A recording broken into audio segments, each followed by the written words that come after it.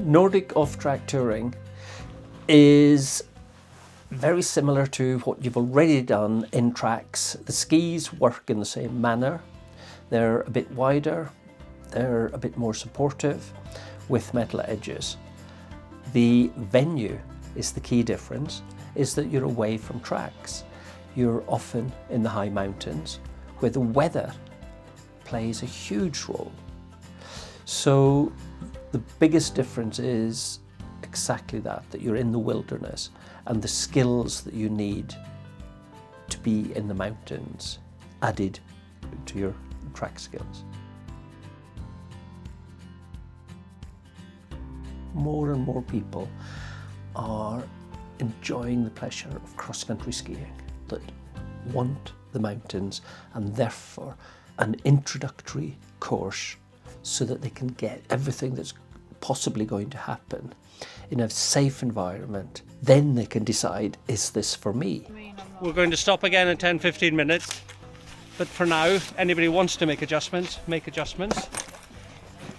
Day one is about going around the tracks and just looking at how people are moving. Are they getting any glide from their skis? Day two, we use skins for the first time. So take time to get this perfectly central. Which was the first time for some people. Then I would suggest is possibly the most important. Our third day of training is on a very gentle downhill slope. I'm going to do something which requires you again just to watch me and copy. We need to have people that can snowplow effectively.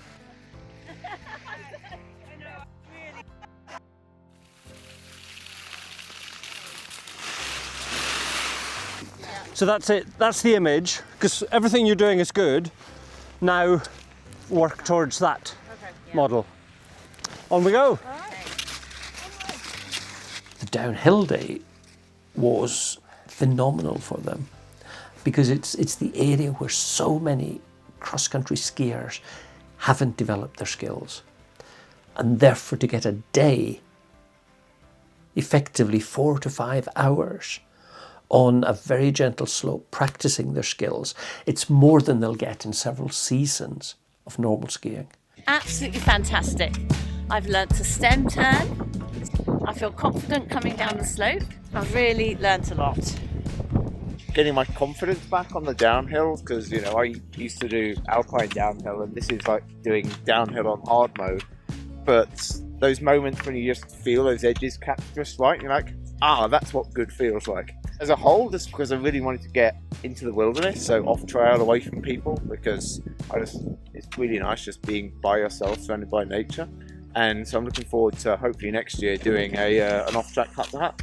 My day has been amazing. I've had a grin on my face all day long, learning so much, going down hills I never thought we could get down. Are you looking forward to getting into the mountains? I am so looking forward to getting into the mountains, yes. Just being away from everything and then practicing more of what we've learned today is very exciting, can't wait.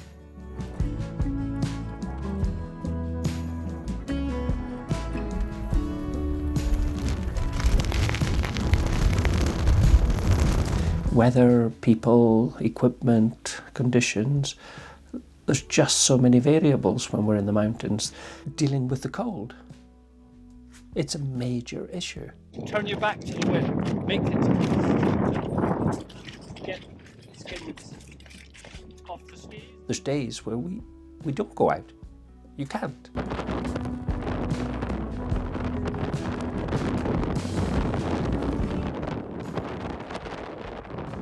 So with ski touring, we have a selection of skis here that are all suitable to start with. The biggest challenge people have is which skis, because there is such a variety. People can do light mountain touring. In some cases, in some conditions, could be done on your track skis. And then slowly, slightly wider metal edge skis, and you're still in tracks. Then you move to wider skis again, where you can go up mountains and telemark down, to full-on not dissimilar to alpine touring equipment, where you're on heavy equipment and can go up steep mountains.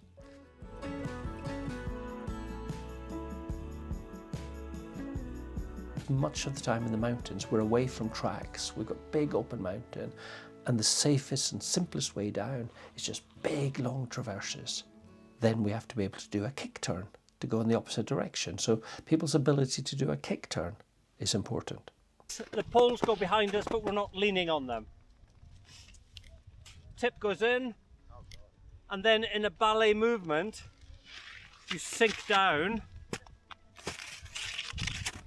and follow around.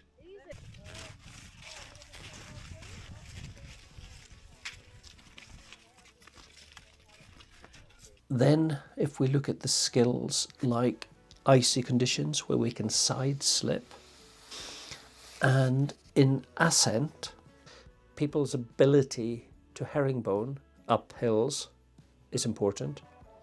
Being able to stay on your feet, that's technically the biggest issues. And it mustn't be underestimated, personal fitness. For alpine skiers interested in Nordic ski touring, the main difference is the descents. The Nordic free heel boots give you none of the stability you're used to. The skis are much narrower, and therefore turning and control is more of a challenge.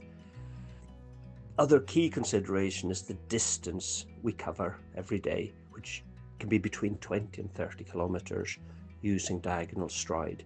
Now, the technique required for this and the fitness is important, so you absolutely need to learn to cross-country ski before attempting off-track ski touring.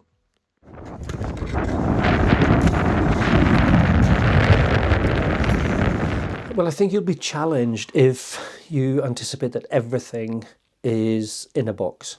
This is what I've booked. This is what's going to happen.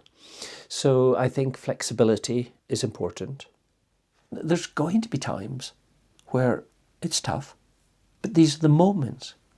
And then we come through them, and by the time we're sitting down at the end of the day, reflecting, you don't hear many complaints.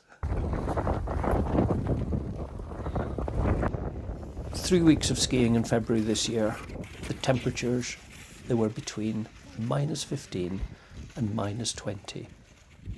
If you add a little bit of wind to these temperatures and you stand around for a minute, you'll get cold. Once we've got it working, you're just going to be so impressed with it.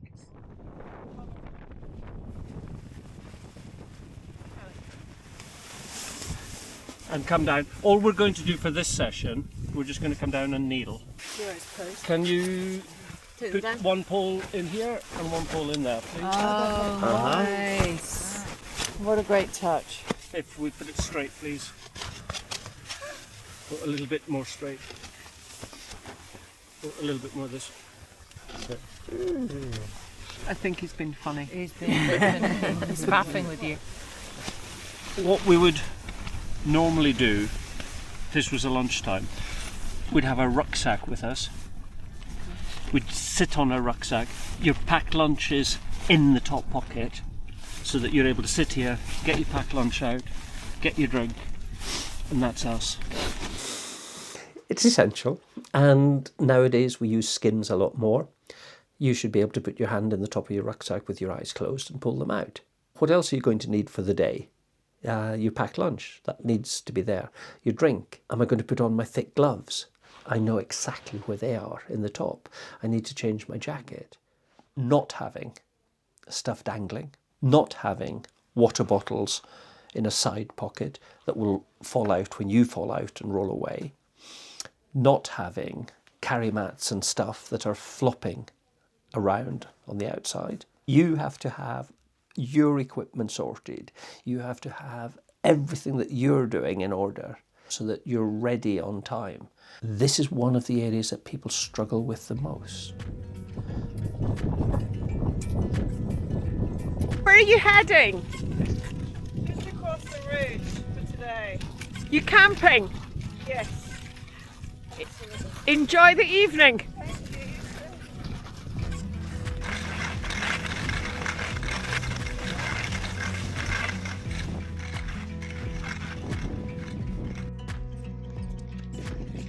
What a great day. What a great day. Really, really fun afternoon. This week's group are doing quite exceptionally because each day they've listened to the things suggested to them and they've done it, which has meant that they've improved their technical skiing. And then today they've come into the mountains, they've been efficient, and they've arrived and they are surprised at just how good the hut is, how warm, how welcoming, how lovely it is. And that's before they've even had dinner. For starter, today there's a meat soup, and then there's fish for the main course. And for dessert, it's a blueberry thing with vanilla sauce. Vanilla sauce. Vanilla sauce. You understand that. And tea and coffee is over there. Now, the reality is, to me, huts are luxury. They are beautiful. Not luxury in the fine hotel sense, but after a day in the mountains, you come in, you're greeted normally by the guardian, there's a nice reception, the huts are warm, there'll be a room which will be very traditional, wooden walls, and there'll be a fire going. There's toilets there, and in most of the huts now that are manned, you'll get a shower, there's drying room, and then the actual rooms, you've got mattresses and duvets, and you just need to have a sleeping bag liner with you. So they're, in many ways, they're as good as any 2-star hotel.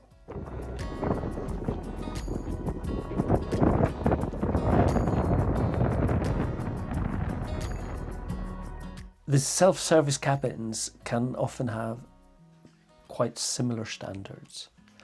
The difference is that you're creating so much of the atmosphere yourself. You have to put the fire on. Many of them don't have running water, so you are collecting snow and we're melting snow. And all this process is part of the pleasure of being in them. The catering, there will be a big larder with food in there. So you select what you're going to take, and then as a group, you prepare your own food. Unmanned huts are beautiful because you're working to your own timings.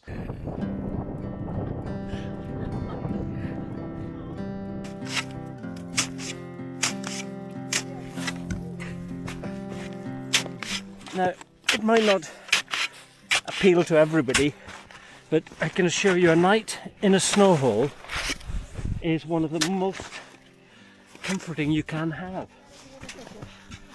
Yeah, stop slacking.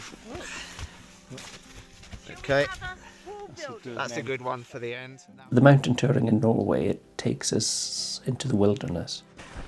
Jill, do you think you could spend the night in I here? think I could actually. It's very cosy. Just with a cup of tea would be perfect.